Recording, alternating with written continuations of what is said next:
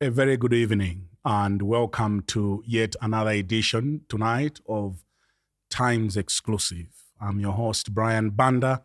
Glad you could make some time to watch Times Television tonight. This is Times Exclusive, airing on Times Network. The program tonight is coming to you courtesy of Rainbow Paints. It looks amazing on the door. The electric blue cuts it for me.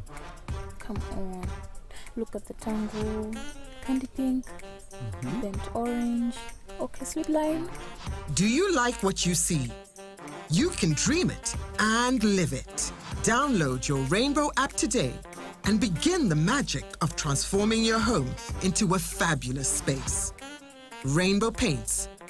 Peace of mind. Part of the deal.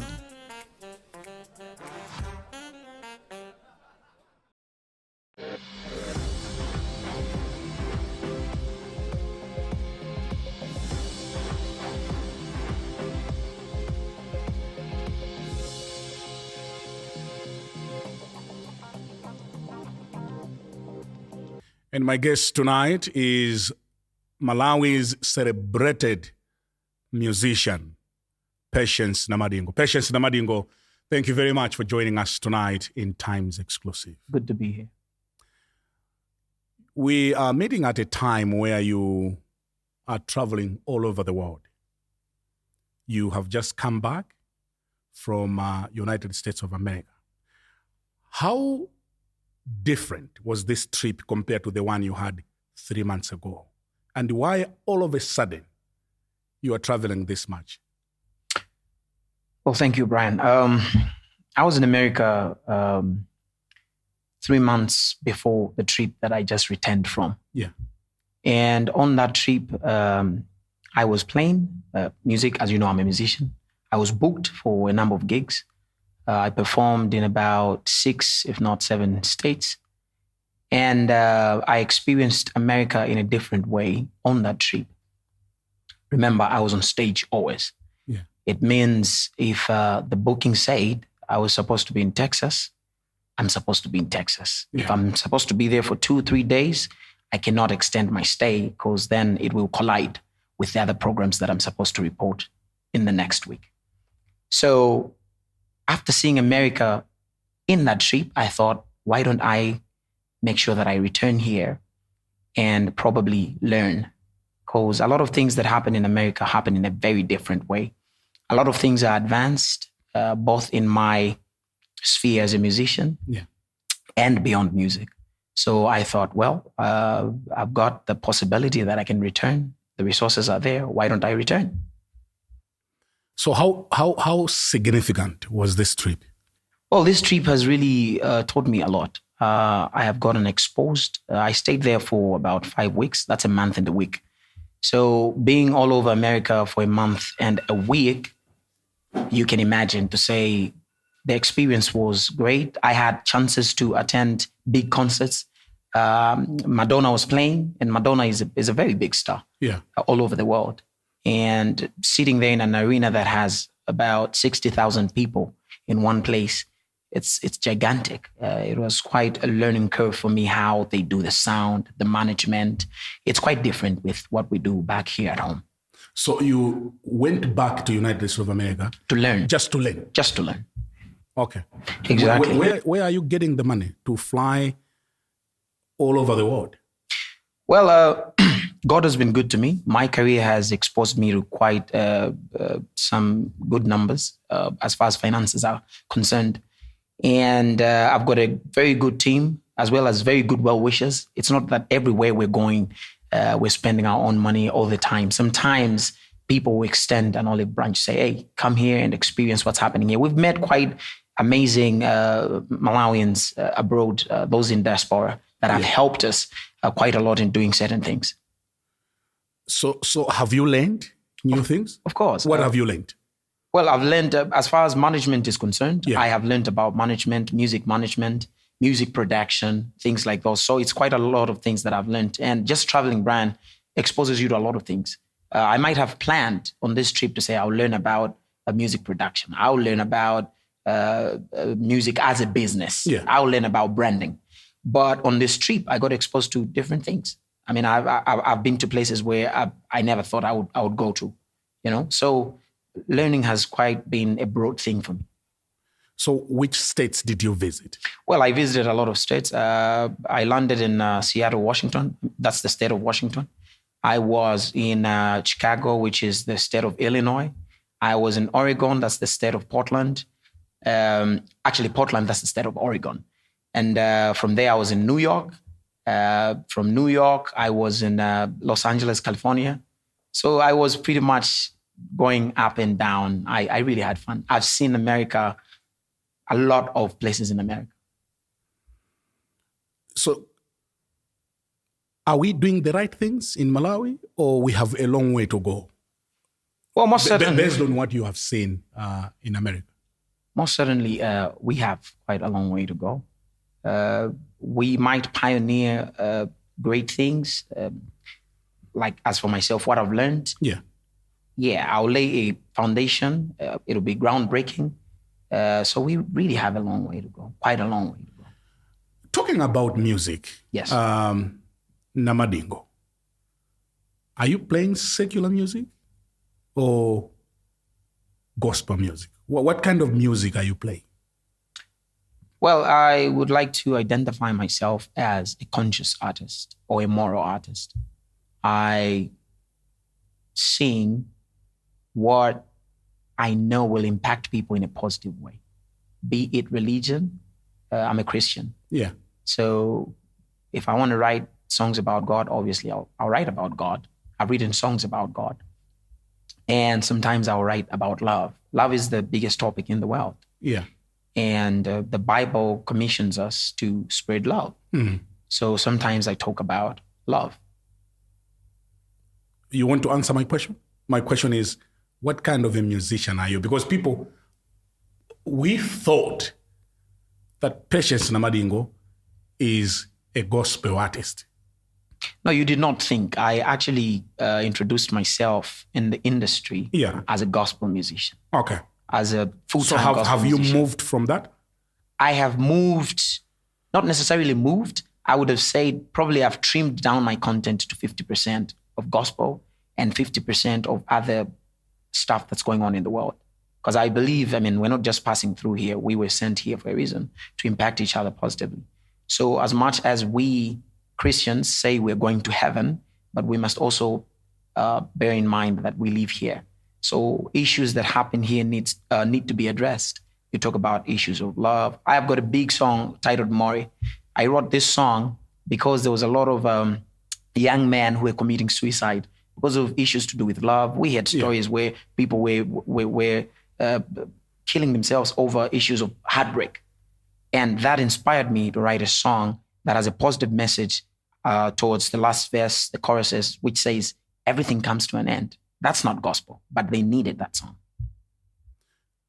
So how should I introduce you? Are you a gospel artist? You used to be a gospel artist? You're doing 50% of gospel music? Is that what I'm hearing from you? Well, let's not dwell on that. I want to dwell on that. You want to dwell on that? Yeah, I want to dwell on that. Well, if you want to introduce me, say a musician. I'm a musician. I write music. So you're running away from gospel music? I'm not running away. One of my best songs that I've written in the past 2 years is titled Wazgolenge. It's a beautiful gospel piece. I wrote it at the same time when I was thinking of writing More. So they came like back to back. When I released Wazgolenge, later on I released More. These are quite positive songs. So what has necessitated you moving from gospel to, what are you calling yourself now? A conscious artist. Conscious artist. Yes. What has necessitated this move? Well, as I told you, Brian, I want to positively impact lives down here. When it comes to religion, we are not the only ones on earth, Christians. We've got Muslims, we've got Hindus. All these people listen to my music. And when it comes to issues that cut across that are not just religious issues, you talk about, I just gave you an example of a song that was directed to people who were passing through heartbreaks. Yeah. And some of them were going to the extent of committing suicide. That's not religion. That's life. And I want to also write such kind of things and impact such kind of lives as well. So what about those who loved you, who embraced you because you were singing gospel music? How should they look at you now? Well, it's not about how they should look at me. I believe I've set the ball rolling. It's out there. It doesn't matter how someone wants to look at it. If you look at me when I write gospel music, they're quite beautiful pieces. Yeah. And when I write music that has nothing to do with religion, I also love that music, quite beautiful music. One of the biggest songs I've written is Maplani. This is a song that people celebrate during weddings. I mean, even if it's a pastor getting married, they use that music. Yeah. It's quite beautiful. Are you a born-again Christian? I don't think of myself that way anymore. You don't think of myself that way anymore? That's a loaded answer. Yeah. Do you want to define that? I don't really want to define that, but I believe in God and God being one as the Almighty. That's my belief. It looks like you have shifted away from so many things. Exactly. What's going on with you, Namadingo? Well, I guess I'm growing. I mean, when everybody grows, there are different changes that take place in your life. Yeah. And it's evident enough that I am growing. I'm no longer the same patience that people knew in 2010. You are now handling lots of money. And can I be allowed to say probably money has changed your perspective of life? No, money doesn't. Including not calling yourself a gospel musician. Well, when I look at money, I don't think money changes people. It amplifies. Looks like it has changed you, Mr. Namadingo. No, probably it has amplified me. Money has amplified. Let's use the word amplified as opposed to change. Okay. I haven't changed. I'm the same person. You're no longer, you don't want to be called a gospel musician. Not that I don't want to be called. You love people call you a conscious artist. Well, if you want to call me a gospel musician, if you see me as such, then sure. If I see you as such? Yeah. What do you mean? If you listen to my song, if I just really, actually my most recent song came out 3 days ago. Yeah. It's a gospel song. So if you want to identify me as a gospel musician, that's not a crime. And that's not an offense either to me. But you can say on a national television that money has amplified your life. It has. It sure has. Meaning what? You know what the word amplified means. Yes. Exactly. But the word is coming from you. So I would want to understand what amplifying means in this regard. Well, there's so many things that I was not going to be able to do if I did not have the money. To start with, like we're just talking about going to America to learn, that takes a lot of money. Yeah. It has been an amplification because probably I had money enough to move from Banda to Lusaka.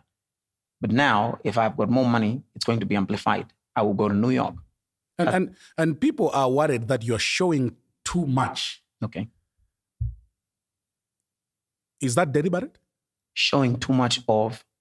Flying in business class or first class, as people call it. Mm-hmm. Traveling all. Others are finding that to be too much. How are you looking at it? Well, I don't know why one would be offended if they saw somebody flying first class. I mean, what's the offense if you're flying first class? They have built that space for people to fly there. And I'm flying there. I actually love being there.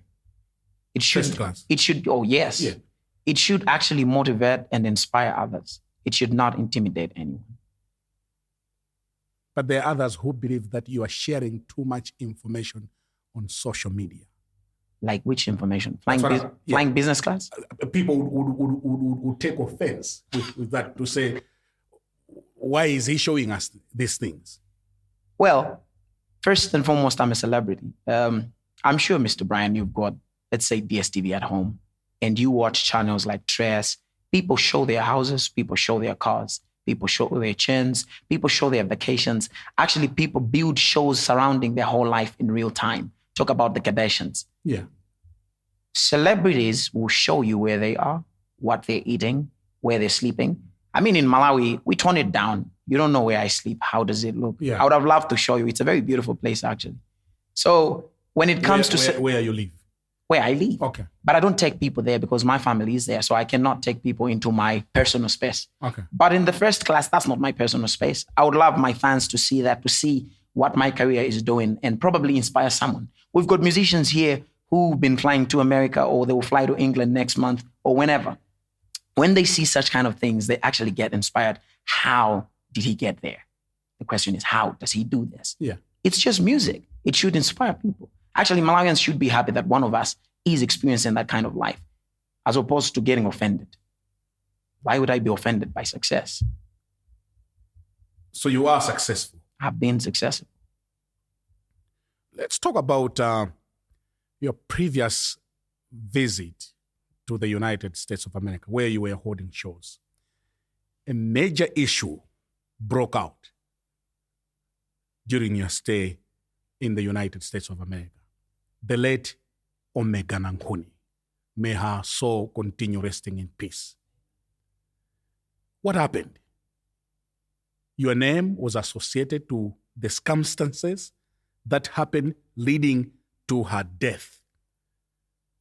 Did you know anything about the death of Omega Nankuni? Well, death is a very sensitive issue. Yeah. I'm sure she's left loved ones behind. And as we discuss about what happened, that's a broad question. I would love you to narrow it down. There are issues associated with money. Okay. That she had borrowed lots of money. Can you also confirm that Omega Nankuni hired you to go and play music in the United States of America? Well, and how much did you receive from the late Omega Nankuni? Well, I'll tell you this, Brian. Going to America to perform was not the only place where we've performed or where we've been hired before. I will continue referring to myself as we, because we work as a team. There's always a management team. And maybe you might appreciate, how do we get to a place to perform? Yeah. First of all, a client is going to make a call, not directly to me, to my management team, which is headed by a manager. And when you make that call, you're going to request for a quotation, just like in any other business. When you request for a quotation, we give you the quotation. When you accept the quotation, then we will issue a contract. We do not travel without a legally binded contract between us and the client. And Omega was not an exception. The late Omega Nankuni, may her soul rest in peace, she did make those contracts. She did get a quotation. After getting a quotation, she also got a contract. And in the contract is where you say, this is when you pay your deposit, which is about 50%. And this is when you will finish the other 50%. This is where we would like to stay. This is what we would like to eat. This is how we would like to travel. And if you agree with the contract, you sign in that contract. And there's nothing that will happen between you and us beyond the contract. We're guided by the contract. Therefore, for us to go to America, definitely there was this contract. There was a standard fee that you pay as a performance fee, and there was nothing more than that. Whether Omega got that money from somebody else to run her business, which were the two shows. Actually, she was just managing two shows, one in the state of Indianapolis, in the city of Indianapolis as well, and one in the state of Indianapolis, but in South Bend, two shows. But mind you, I played in more than 6-7 shows. And the other shows were also managed by the people who organized themselves in those respective states. So Omega had nothing to do with any other show other than these two shows. So the source of where she got the money to do the two shows, I would not be in the right position to say she got the money from this place or that place. We don't know where our clients get the money to hire us. Did you have any other business apart from the contractual obligations that you had between yourself and the late Omega Nankuni? Not at all. Was there anything else that you were doing apart from music? The answer is as simple as no. But we hear that she had lots and lots of debt. Where was she taking the money to? Exactly how, I just raised the point not long ago, which says the source of Omega's money has nothing to do with me. If you bought a car from Toyota Malawi, the source of where you got your money has nothing to do with them. So if tomorrow they say Brian is in debt after buying a Toyota Prado, should you go and ask Toyota Malawi, where is Brian going with that money? I would not be the best person to comment where Omega put the money. How much money did you receive from the late Omega Nanguni? Now, that's private information. I mean, come on. You don't tell people how much money Times pays you, do you? And you wouldn't even tell people anyway. Did you overcharge her? No. How much does it cost for me to play at a concert or to hire you as a musician? That's what now you're going to know when you contact the management team. You're going to discuss. I mean, we look at where are we playing? To how many people are we playing? How many people are playing on the stage? In the contract are so many things like what we call a technical rider, which tells you... A technical rider. Rider? Yes. Okay. A technical rider is what guides you. What is this musician going to use in terms of the speakers? What are the specs? We've got things like mixers. We've got things like the back line of the house, which are drums, guitars. What sort of equipment is this person going to use? It's in the contract.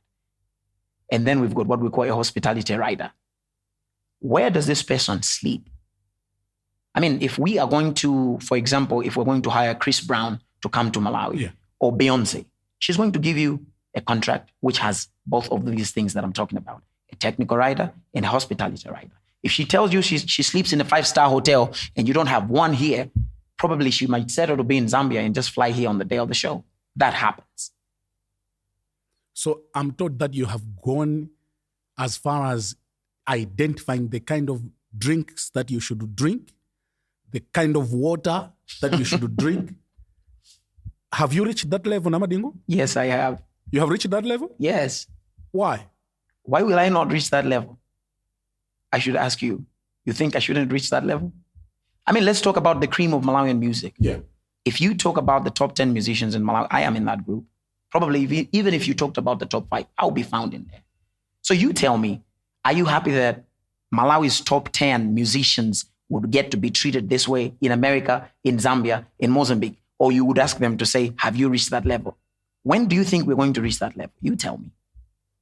No, that's what I was actually surprised to say when you went to America, you did not want to stay in someone's house. You preferred to stay in a hotel. I did not prefer. It's in my contract that I stay in a hotel. That's not preference. So the contract defines where you should stay. Exactly.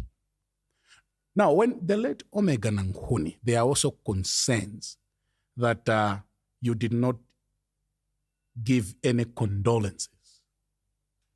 And this is a person who had booked you, fly you to United States of America, pay you for 2 shows, and there was no any kind of remorse, for lack of a better word, from you. That's why people are asking that, is there anything else you know that we don't know about the late Omega Nanguni? Oh, Brian, I don't know the source of your information. It's very important to have trusted sources. Yeah. After the demise of the late Nanguni, we issued a public post that talked about her and how we felt. That's on our social media outlets. A post on Facebook. Not a live video. No. You would have done a live video. But now let me tell you this, Brian. As I told you to say, death is something serious. It does not just concern the person who's passed. Yeah. There are people behind. I don't think death is a platform where people should do live videos and explain what happened. Oh, this is what I know. You should let the family grieve in peace. And that's what I chose to do. I did not want to mingle myself in that and try to explain, oh, this is what I know. This is how you book me. This is what I need. I don't think that's important. And I think I would also advise us here in this program to maybe let it be. This is an issue to do with families, to do with the dead. Let them rest in peace. And, you know. I wanted to raise it because it attracted a lot of public attention. The 2 most important questions that I wanted to raise about the late Omega. Number 1 is, you agree with me that she indeed booked you and that you got some money from the late... I got paid, not got some money. Yeah. That's correct. Okay. So you got paid by the late Omega Nanguni. I get paid by everybody who books me. Even you, if you booked me tomorrow, you pay me. It's as simple as that. And the second question, which I wanted to confirm, is whether you had any other business beside music, which you have said no. So we'll let it go. Thank you. Can we move on? Please. You used to be very close with Ty Green. You know Ty Green. I know Tay Green. Very close. You were traveling together, Ghana, Uganda, Botswana. And you seem not to be very close these days. What happened? Well, the word, you just said it. You said we seem, which means that's not a fact. It's an assumption. So Tay Green is a very good friend. And Tay Green has been traveling. I've seen him in Zambia. I got him to Zambia, actually, and did a media tour for him. It's you who took Ty Green to Zambia. Prior to this trip. Tay Green has been in Zambia twice because of me. I took him there, did a media tour for him. Yeah. As part of my efforts of introducing my friends into the Zambian music industry. Yeah. And that was the first time. The second time, you might also remember that during my concert in Lusaka, Tay Green was the only supporting artist that I got from Malawi into Lusaka. And I was in the US, Tay Green was in Zambia. I don't know how you would make a plan to be singers together. You were traveling together. Even in Malawi, you were very close. That's why we are noticing these changes. Oh, Tay Green, when Tay Green brought Mutale Mwanza just about 2 months ago at Amaryllis Hotel, I was the one performing there. I'm not talking about performing. Yes, he didn't pay me. Sorry? Remember just recently I told you if you book me, you pay me? Yeah, but imagine I go there and perform for free. It means you're my friend, right? So you performed for free? Oh, yeah. You can ask him. He's going to confirm that. Okay. He's a very good friend of mine, but let's agree that now everybody is a little bit busy. I mean, right now I know where Tay Green is. That makes him my friend. I know Tay Green is in Milongwe as we're doing this interview. He's a good friend of mine. But you agree with me that you're not as close as you used to be? Well, we're not seen together as we used to. What has happened? We've been traveling, man. I was in America like in between 3 months. Like I've been in America this year. Yeah. If we put the time together, I've been in America for about 3 months already. And where has Tay Green been? He's been in Zambia. When I am here, if I'm in Zambia, Tay Green is in Malawi. So we do talk.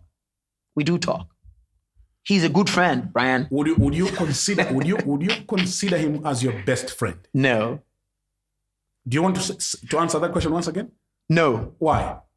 Best friends? I don't think I have best friends. I think I used to have that when I was a little kid. Do you have a best friend, Brian? I've got friends. Then you and me are the same. You have friends, I have friends. You don't have best friends. I don't have best friends either. So he's not your best friend? Just like you, I don't have one. The Gandhi charity, you remember you stood at the roundabout. Yes. There was also a lot of controversy surrounding the proceeds.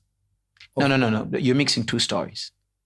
That the Gandhi charity, that was us raising money towards a cancer patient. Yes. Who went to Zambia. Yes, I remember. Yes, but now the story you're talking about is the Queen's charity. Yes. Which are two different stories. I agree. Sure. So the Gandhi charity was to help someone who was fighting cancer. His name was Mr. William Kachigamba. But I'm particularly interested in the funds that you raised for Queens. For Queens. There was also a lot of controversy with that. Mm-hmm. What happened with that money? And how much did you raise? Well, when we did that project, we raised 15 million Malawi kwacha. Yeah. It was a personal project. I wanted to buy assorted items and donate them to the Queen's Children's Cancer Ward, which happens to be the only children's cancer ward in the entire nation. Yeah. And I engaged the hospital before I started raising the funds. And I told them, and my budget was just 1.2 million, not 15 million. And when I raised this money, when I consulted the hospital about my process to raise this money, I was going to work for it. It was not just send me the money. So what I did was, between the two cities, Lilongwe and Banda, I would come to your house, play for you and your family, and you were only supposed to pay me 4,000 kwacha per person, per song. So if I'm playing for you and your wife, it means you're paying me 8,000 per song. If you want me to do another song, it's another 8,000. And my target was just to raise 40,000 a day. Okay. If you multiply that number, 40,000 times 40 days, you come to 1.2 million. So I started this initiative.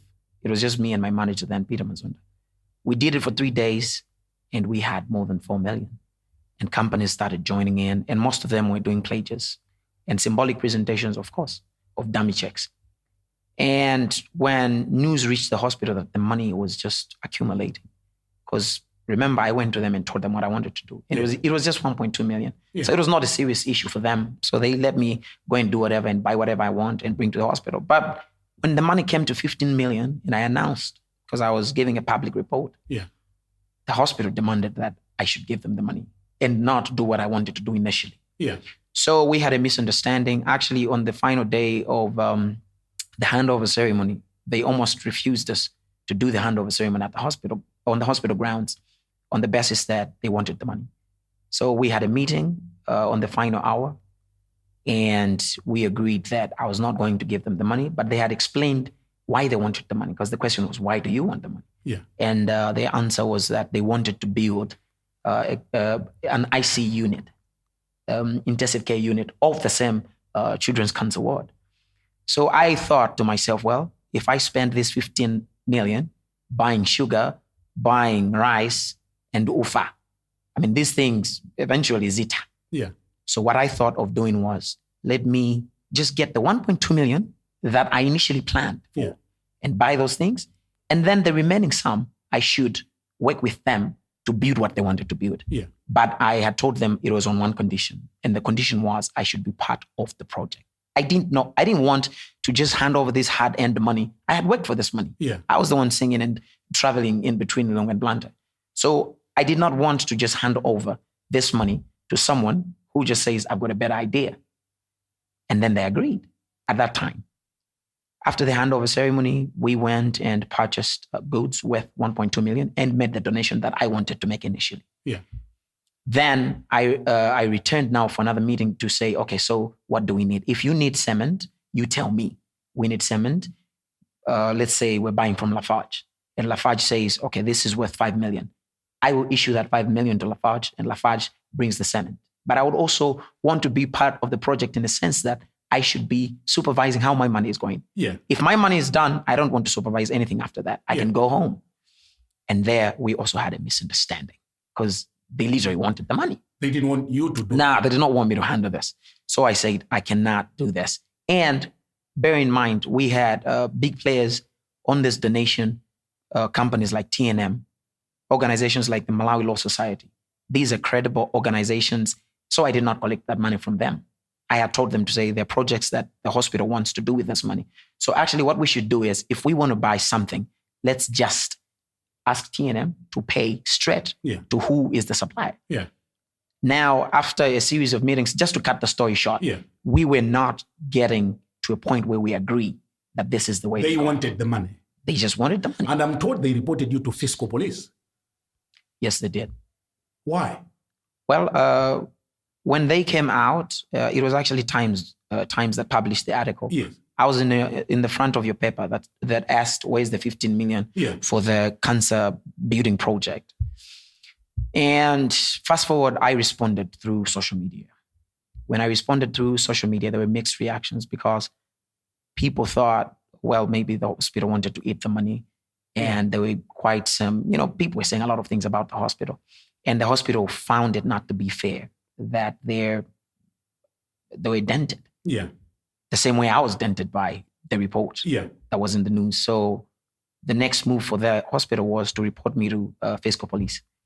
And I got a call. I was at the airport. I got a call from the police, and they called me there because they had been, they were conducting an investigation. Yeah. By the time they called me, they were already deep in the investigation.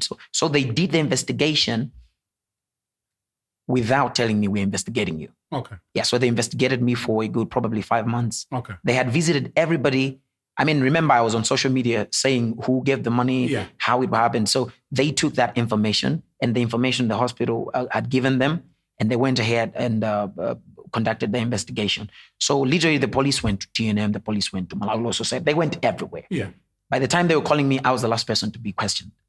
So I canceled my trip. I went to fiscal police. I sat with the police. And I also appreciated how police work is done because we see it in movies. They had files on me with pictures and everything that I was posting on social media. They had all that. Yeah. So they asked me quite a few questions. I stayed there for quite some time, probably 3 hours. Okay. Yeah, we can say this was an interrogation. So we talked there and they compared with the notes that they had in their files.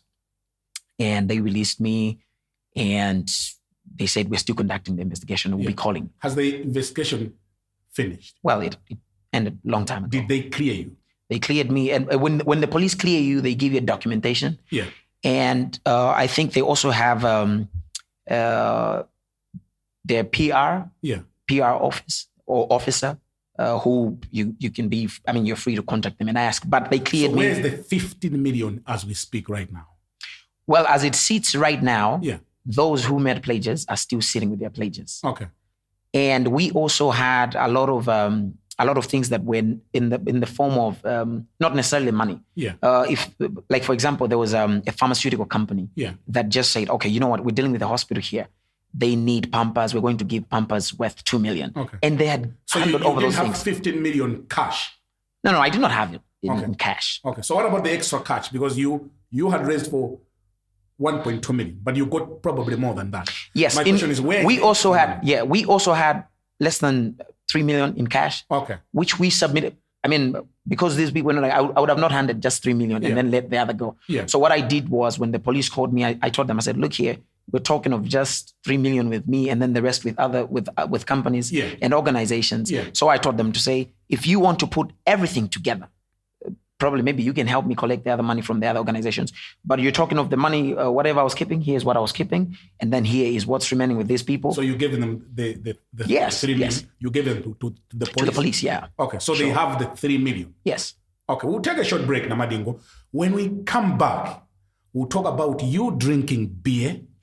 No, I don't drink beer. I drink. No. I drink alcohol. We'll talk about that when we return. We'll also talk about the PhD. Okay. That you received from UNESA. Okay. Can we do that? Oh, yes. Let's take a short break. Let's do that. We'll be back with you in a moment. In case you're just joining us, this is Times Exclusive, airing on Times Network. I'm joined by Dr. Patience Namadingo, Malawi's celebrated musician. The program is coming to you tonight, courtesy of Rainbow Paints.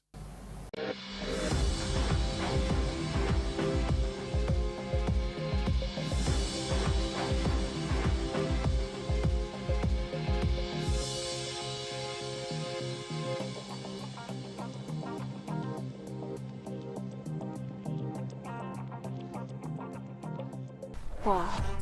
I think K-Pitch looks amazing on the door. The electric blue cuts it for me. Come on. Look at the tango, candy pink, bent orange, okay, sweet lime.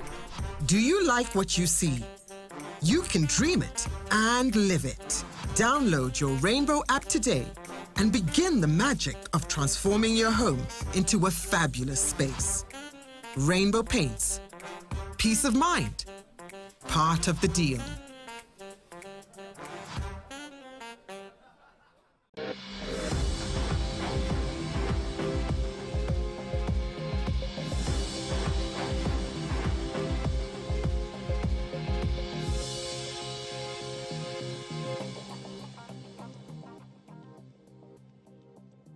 Welcome back. This is Times Exclusive, airing on Times Television.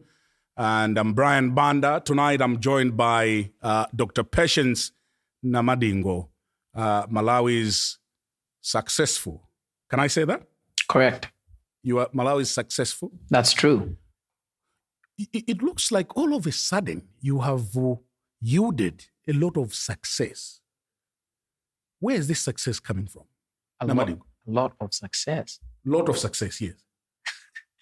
Well, Brian, I agree with you that I have been successful. A lot of success, that's another thing, but I have indeed been successful. You might wish to know, I come from the lowest possible socioeconomic background one can possibly think of. It is only by the grace of God and His mercy that I have managed to come to this height in my career. Yeah. Where I come from, the poverty was unspeakable. And when you look at that, it serves as a constant reminder that I should never return there. Yeah. I don't want to go back there where I came from. In fact, if a lot of people knew where I came from, they would not even wish or want me to fail in whatever I do. So that serves as a constant reminder for me that I need to work hard, of which I have indeed worked hard, so hard for me to get to this level. It has not been child's play. It's been work hard, work hard, work hard.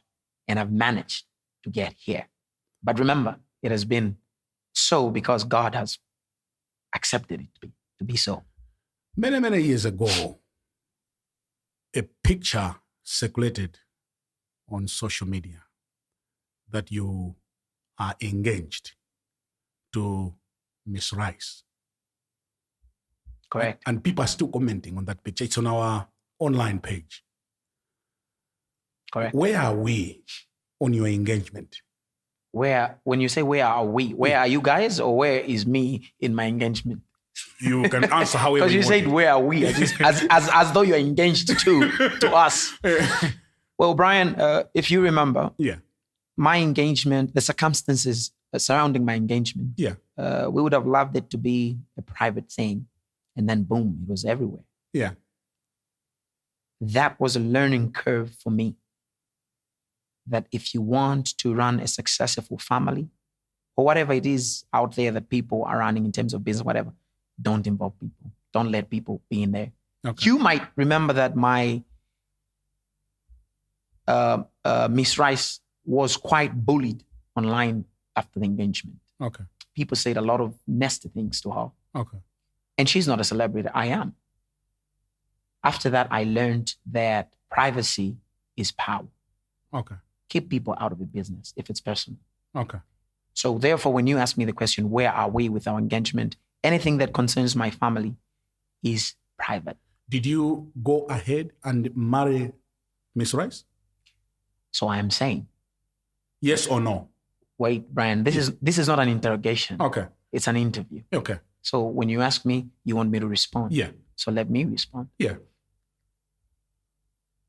The most important family you're building is not the family you're coming from, is the one you're in now. I know you're married, but we know nothing about your family. Yeah. You've decided to keep it to yourself. Yeah. Therefore, I'll humbly ask you, let's keep my private life, which is my family, out of this interview. That is very important. I respect that. Please. Can you confirm that there was now a child after that engagement? Oh, yes. Yeah. Yes, we have a very beautiful daughter. What's her name? Well, you seem to insist and you're persistent about getting all private information, but her name is Patience II. A girl? Yes. Okay. I will respect your right to privacy. It's important. And do so. I will choose to move on. Please. Let's talk about how well do you know Malawi? You have traveled. You went as far as France, Canada, America. Where is our problem as a people? What is wrong with this country compared to what you have seen outside there? Well, thank you. I think the key word for me is compare. I know Malawi from inside because I was born here, raised here. But I'll tell you that Malawi, I was just reading a report by the World Bank that was published in April 2023 that ranked as number 4 in the poorest list of poorest countries in the world. Yeah. We were number 4. Yeah. And they continue to explain that 61.7% of our population is multidimensionally poor. Multidimensional poverty, you're talking about money poverty, education is bad. You're talking about basic infrastructure is not there. So when you look at this, now I'll come and attach it to the word compare. Yeah. Let me talk about a small Asian country, Singapore. Yeah. Singapore is big in terms of land. They're sitting on about 734 square kilometers of land in Singapore. Yeah. And their population is 5 million. We are sitting on 118,484 square kilometers of land, and our population is 19 million. Yeah. And 118,000, 24,000 square kilometers is already taken up by water. Yeah. Now, Singapore and Malawi, you might say Malawi is landlocked because that's the story we like singing. We're landlocked. Probably that's why we're not developing. Yeah. Singapore is almost an island. It's in an area where organized crime is very high. Now, when you look at Singapore, they got their independence in 1965. We got our independence in 1964. Yeah. They were as poor as Ghana at that time. Yeah. But right now, Singapore is rated 5th least corrupt country in the world. Yeah. And you might also wish to know, Singapore is devoid of natural resources. Malawi is not. Yeah. Malawi has natural resources. We're talking about minerals. We've got sulfur. We've got uranium. Yeah. We've got quite a number. Gold now. Exactly. We just discovered gold. Yeah. Gold. Yeah. Now, Singapore doesn't have all that, but they're a very rich nation. What did they do that we did not do? Because we should have been better than them. Yeah. Now, when you read the Singapore history, you will see that their first leader, who is they consider as the real founding father of Singapore, Yeah. Lee Kuan Yew, that's his name. Mm-hmm. This guy realized that the only resource they had was the people. Okay. So they strived to train the people in excellency of education. Mm. And that's what has made them rich. Now, come back here at home. You might also wish to know the stats here at home. 50% of our people do not finish primary school. Mm. 65% of our people drop out during junior secondary school. Mm. And 87, not below 80, 87% of our people do not finish senior secondary education. We don't have a trained nation. Yeah. We have the resources, people are not trained. I honestly feel like if people in Malawi were trained, Yeah. now that's the first thing. Yeah. That's the biggest problem. People are not trained. Yeah. Now we're always going to be singing songs about bad leadership. But have you ever considered that you might also maybe experience a good leader leading the wrong people? It can happen. That's deep. Yeah. Exactly. It can happen.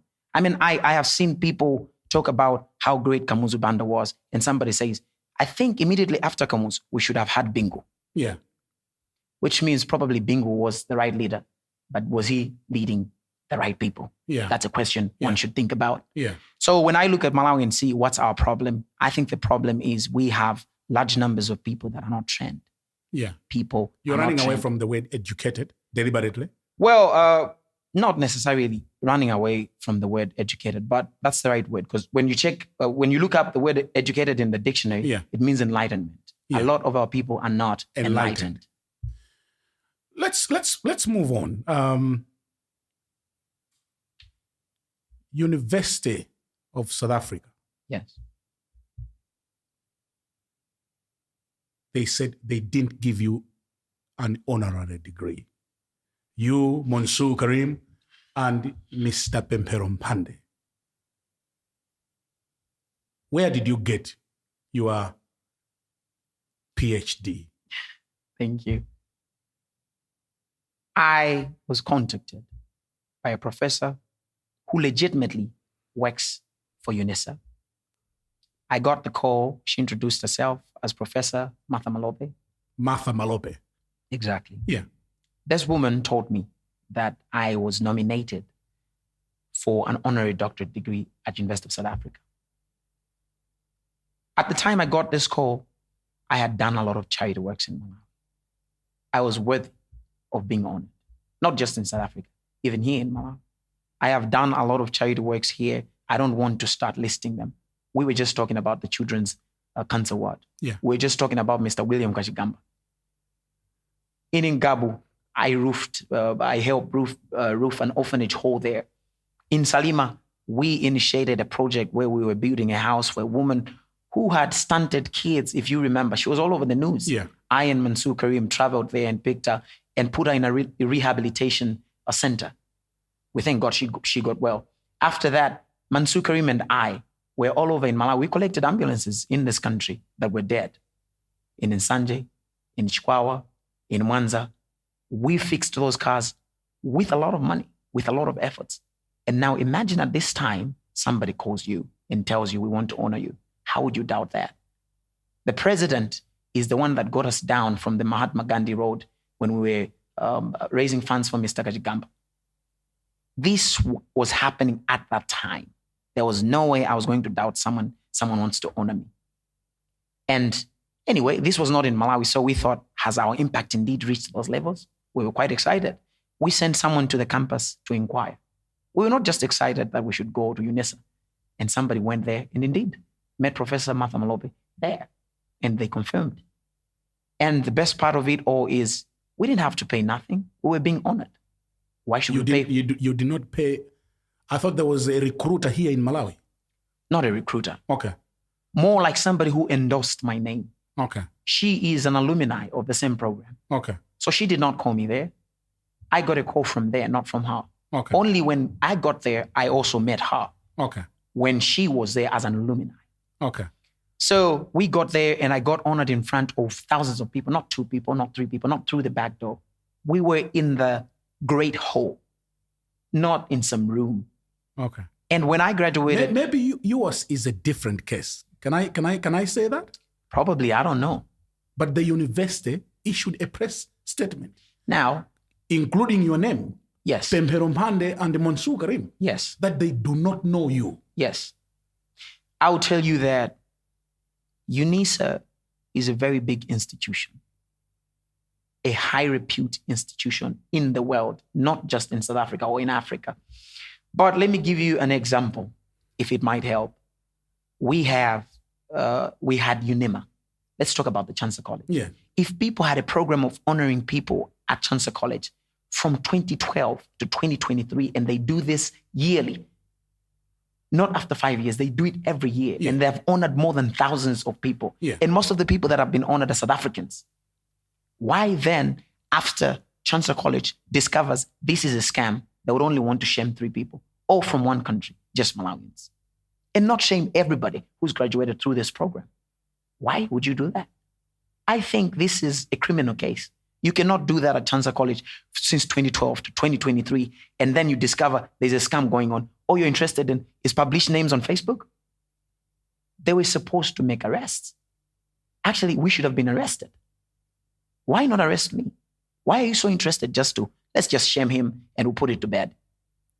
I think that's not. So you are doubting the press release that came from the University of South Africa?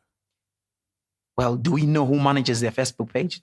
I'm telling you, there was a press statement, not a Facebook post. A press statement. A press statement coming from the public relations office of the university saying they do not recognize you. That graduation did not take place. I don't say that graduation did not take place. Say the graduation took place, but it was not legit. I'll agree with you. If you say it didn't take place, come on, it's all over online, man. I was there, I was in their great hall, right in their campus. Did I put that up together myself? So you did not pay anyone? I didn't pay to no get one. that degree? For me, even to get there, Yeah. my ticket was bought by FDH Bank because I showed them the letters, I showed them the emails, and I asked for their help, and they helped me fly there. So if you tell me to say, no, I bought it from who? Why will I buy an honorary degree? Now, Do you get employment? Can anybody employ you because you have an honorary degree? Okay, so should I call you Dr. Namadingo? Or should Malawians call you Dr. Namadingo? Because the university says they do not recognize you. Well, the university has never called me Dr. Namadingo. It's people now who call me Dr. Namadingo. I don't get offended if somebody says Mr., Doctor. These are just earthly titles anyway. But the fun fact is, all my fans call me Doc, and the university can't stop them. I don't think so. We can't stop them? No, you cannot stop my fans to call me Doc. Which Doc is this? The one from the University of South Africa? No, you Doc, we are not via. Doc another? Anavaya. We can't stop him. No. No, actually, I would have loved that these 2 young men, because they equally suffer the shame that I've suffered through the hands of UNISA. After doing a great job, after I raised money for the Children's Cancer Ward, after I helped Mr. Kajigamba, after we helped fix ambulances, what did we get in return? We were shamed by South Africans. Not Malawians, but guess what? Malawians celebrated too much. Actually, we're very happy that we are shamed. Malawians were so happy. Didn't you see? On social media, everybody was so happy that these 3 Malawians have been shamed. They were so happy. I would have loved if I was honored by Chanko so that I'm not ashamed. I'm not shamed by UNISA. But well, there is the reality. So my question is, should I call you Dr. Namadingo? Yes or no? Brian, call me what you feel you should call me. But if the question is, do I feel that I was worthy of being a dog or being honored? Man, I've been honored by God. I've been honored by people. If you need to say they take away their honor, they're not taking away nothing. What I did to get their attention or to get their attention, whether it's a scammer, but for them to get the attention of trying to honor me, there's something I did. And what did I do? I helped people. Yeah. That's all I did. Well, let's move on. Would you sing? Would I sing? Yeah. Would you sing or perform for a political rally? No. No? Not at We are swinging into a political season. What if Party X invite you to perform at their political rally? I won't go there. You won't go there? No, as simple as that. Why? Why should I sing at a political rally? I mean, what is politics? Politics is anything, not anything. Actually, these are activities that have to do with governance. Governance is a serious issue. Now, when we're talking about campaign, it's about them selling themselves to their people or to the voters through their ideas, through their works that they have done. Yeah. Why would I want to go and add color to that? I don't want to add any color to you. It's your job. Sell yourself. You sell yourself for the voters to vote for you. This is not a contest about who can hire the best musician. I don't think I have to be part of that. Even if they say we'll pay you handsomely. Okay, now, Brian, if I don't agree with your ideas, your political ideas, ideologies, and you say you're going to pay me 100 million, and I come there and perform and excite the people there, actually others probably will vote for you because of me. Yeah. I should know that if you're the wrong man, then I am helping this country to head towards the wrong direction. So I don't want to be part of that. Anything to do with politics, let the politicians do that. Let them convince the people and not use me to make themselves look good or look organized. No, I wouldn't do that. So we'll not see Never. Patience Namadingo on the political trail Do you see me hesitating? or campaign trail. Do you see me hesitating giving you the answer no? No. Akuti funso limene mundilole ndifunse nchichewa. Please. Akuti mumwa kwambiri kabanga. Ati mpaka topi. Mwafika pamene pa Namadingo? Inu munandiona kuti ndili topi. Anthu akuona. Kuti. Akuona ni mahotelo mwa. Ndipo akuti simumwenanso mwakamba mumwena mahotelo. Ndipo ndifuna funso limene limuliyankhe nchichewa. Okay. Yeah. Ngati mungathe amfumu. Inetu mowa ndi mamwa. Mumamwa? Ine ndi mamwa mowa. Okay. Ndipo sindidziwa kuti kumwa konga kwa mowa ndi vuto la ndani limenelo. Okay. Kuti akupeza mavuto ndani. Yeah. Chifukwa choti ine ndi mamwa mowa. Komanso ine dzina langa lonse ndi Patience Benedicto Namadingo. Yeah. Benedict as the Pope Benedict. Okay. Kutera kuti ineyo ndi mkatolika. Oh. Ndaye musakambe za mowa waini zisiyeni zimenezo. Zilibe vuto lililonse. Lero ndalama ndomwerazo zanga. Pamalo ndomwerapo amagulitsa kabangayo. Sikuti ndabweretsapo ndine kabangayo. Nanga si makolo ena amaona kuti this is a role model. Chitsanzo chabwino anangawa they look up to Patience Namadingo. Ndi ampeze Namadingo ja ali topi dzandi kukakwera Mercedes Benz. Kwakwera Mercedes Benz. Lero anawo ngarazi zamwa akadzakula ngati. Kuli bwino dzamwa kwakwera mu Mercedes Benz. Omwe yankha choncho ngani yo? Ndi role model umene ngati mufuna mudzamwa. Yes. Musamwerera. Pangani za sukulu zanuzo. Yeah. Mudzapeze ndalama zanu. Inetu sinimwera pa khomo pamayanga. Nanga kumwa ko topi uzikapanga uli pa khomo pamutu. Okay. Topi ngati ufuna udzipanga topi uzikakwera mbenzi yako. Ngati yangayo. Benzi yo uikachoka penepo ikakusiyeso kunyumba kwako. Ndewo role model amene afuna kuti adzamwe mowa kutsogoloku zaka zake zikazafika zomwera mowa. Yeah. Chifukwa pa mowa pachalo malemba kuti ungu anthu akuluakulu. Kuti bwino ndi kumwa mwana ndine wankulu sindine mwana. Ndemo ngati role model ndi mmene mwakambirana. Okay. Fair answer. Thank you. How do you compose your music? Others have said you just walk into the studio, no script, nothing, and you just start singing. Is this true?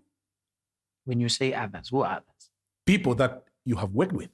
I've talked to artists, people that play your guitars, keyboards. They have told me that you just walk in and perform. The only album that I wrote was my first album. That was written in 2007. Because in eso ndinkamva kuti nyimbo amalemba. Yeah.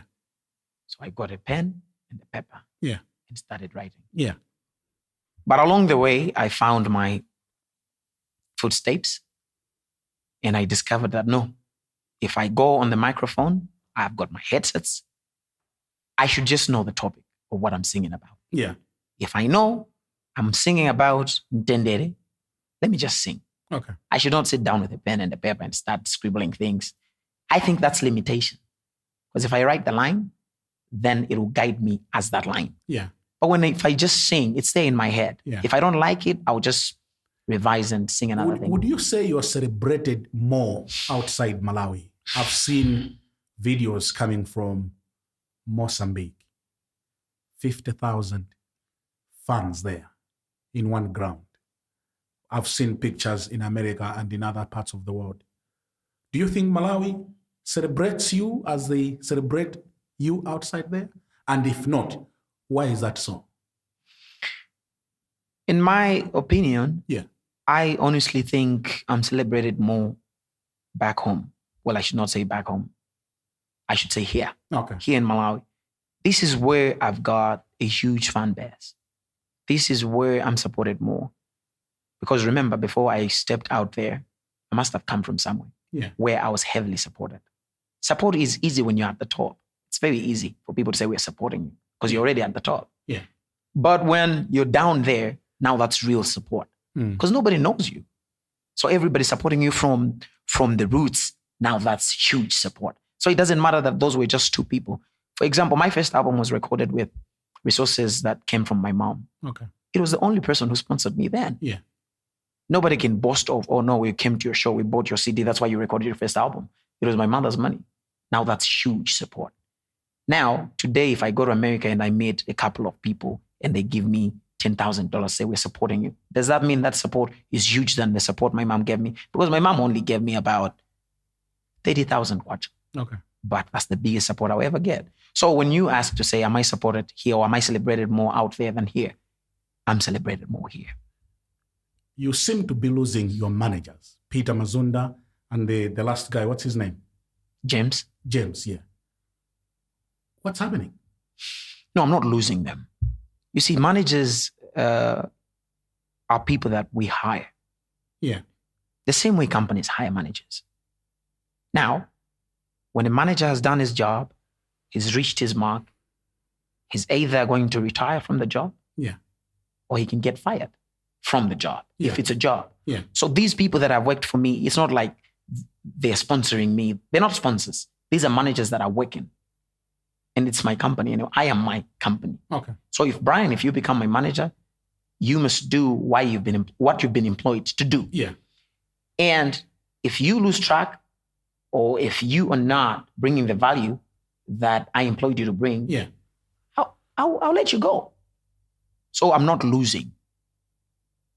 It's either somebody retired or they got fired. They are young, upcoming musicians. Yes.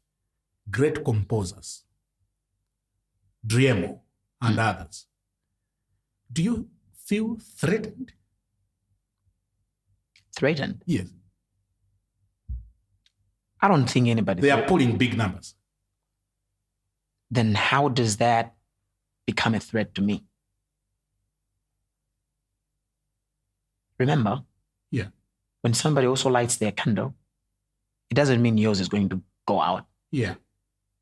So why should I be threatened because Driemo is pulling big numbers? That's a good thing for Driemo. And it's good for the entirety of the industry anyway. Let me tell you about Nigeria. Yeah. The first artist I knew from Nigeria was P Square. When we knew about P Square and we heard their sound, there was an army that came from Nigeria. Now we have Davido. We have Rema. We have Mr. Flavor. We have a lot of artists coming from Nigeria and they're pulling big numbers. But guess what has happened? They have conquered the whole of Africa and now they're in America, they're in Europe. And that's what will happen to Malawi too. Yeah. First, they knew about me in Zambia. Now they know there's Ellen Juchi. They know there's Driamo. That's how you conquer. You must go as an army. You cannot go as one man. So it's an army. It's an army. Yeah. We can't go out there as one man. Okay. Look here, I was in America. I'll be returning in June, actually. Okay. There's a festival there. It's called Madaraka Festival. Yeah. It's managed by Kenyans and Ugandans. Yeah. Huge audiences. Their previous headliner was Sauti Sol. Guess who's the next headliner? Mm-hmm. Me. You're the next headliner? I'm the next headliner. Now, guess what will happen? Because when I was there, I was pulling big moves like this. I'm not just there. I'm learning. How does this happen? How can I get into this crowd? Yeah. But guess what? My plan is to bring an army. So as I go there, I'm extending an olive branch to these people. You're telling me they're pulling big numbers here. Okay. If nobody knows them there, they will know them through me. Okay. If anybody knows some Malawian musician and that somebody is from somewhere and they don't know me, let them know me through that Malawian musician. That's what happens. So I'm going to tell you the truth. When I sit at a bar, I'm in New York sitting at a bar. I'll ask them, where are you playing this music from? From YouTube. I'll tell them, do you know Lulu? Who's that? Oh, this is a great music. Let me put the song. That's what I do. Okay. I'm not even trying to show off, but I do this all the time. Yeah. So for me, I understand that we are an army. We can fight internally. We can joke like, we're competing. But the truth is, out there's bigger competition that we need to appear. Oh, interesting to hear. And we cannot go there as an individual. Yeah. We cannot. It can't happen. We wish we had more time. Are you a married person?